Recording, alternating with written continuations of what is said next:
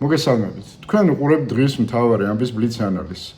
ალბათ ყველა მიცით, რომ დღეს ეკონომიკის მინისტრმა გამოაცხადა ანაკლიის პორტის შესახებ, რომ პორტი დარჩება სახელმწიფო საკუთრებაში, ანუ სახელმწიფო აიღებს თავის თავზე მის მშენებლობას და შემდგომში უკვე ის იქნება ოპერატორებზე გადაცემული, გარკვეული დივერსიფიცირების საფუძველზე.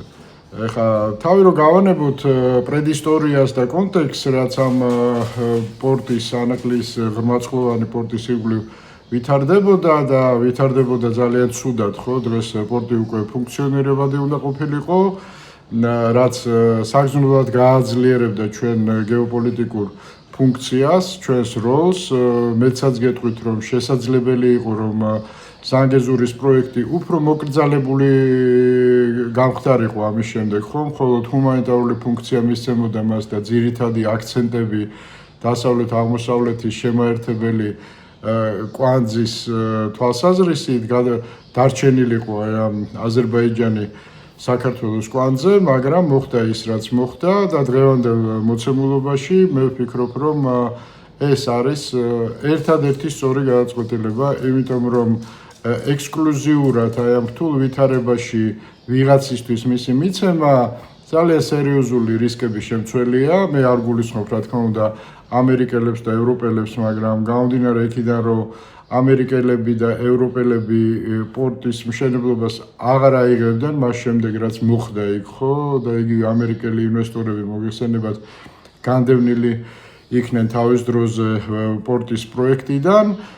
და ეხლა ან ჩინეთისთვის უნდა მიგვეცა, ან რუსეთისთვის, ან კიდევ ვიღაცისთვის და ეს უკვე იქნებოდა სერიოზული რისკების შემცველი და ეს გადაწყვეტილება შესაბამისად არის ნორმალური გადაწყვეტილება. სხვა საკითხია, რა მოტივები ამოძრავებდა თვითონ ხელისუფალს, როდესაც ამ გადაწყვეტილებას იღებდა.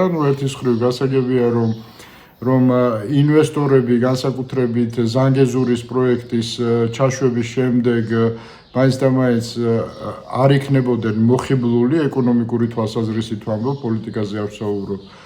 ამ შემთხვევაში გარდა ამისა ალბათ იქ ერთმანეთზე ეჭვიანობის ელემენტებიც იქნებოდა, გარკვეული ბალანსის და დაჭერა გაჭირდებოდა და ხელისუფალმა გადაწყვიტა, რომ ერთგვარი აი ამ დიდი მოცემულობიდან, გეოპოლიტიკური მოცემულობიდან, იმ დიდი გეოპოლიტიკური ომიდან თუნდაც რაც დღეს მიმდინარეობს სამყაროში, გარკვეული მანევრი შეენარჩუნებინა პორტთან დაკავშირებით, ერთგვარი სავაჭრო თემაც დაიტოვა, შეიძლება ითქვას და ამ ყველაფრით ივაჭრებს, ხო, დასავლეთშიც და აღმოსავლეთშიც შეეცდება ყოველ შემთხვევაში, ასე რომ ესეთი მოცემულობა, ეხა ჯანსაღი განვითარების შემთხვევაში, ხო, აი დაუშვათ ეს ხელისუფლება რო არ იყოს დღევანდელ მოცემულობაში და იყოს ხელისუფლება, რომელშიც დარწმუნებული ვიქნებოდი, რომ სახელმწიფოებრივად აზროვნებს, მათაც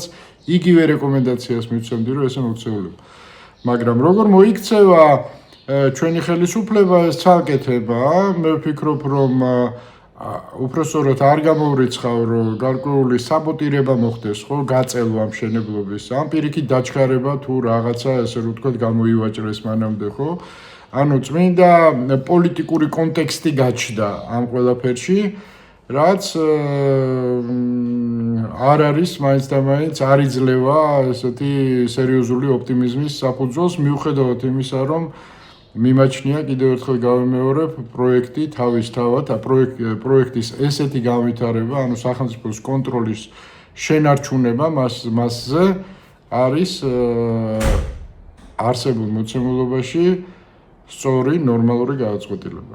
დღეს სულ ეს იყო, ამით გემშვიდობებით.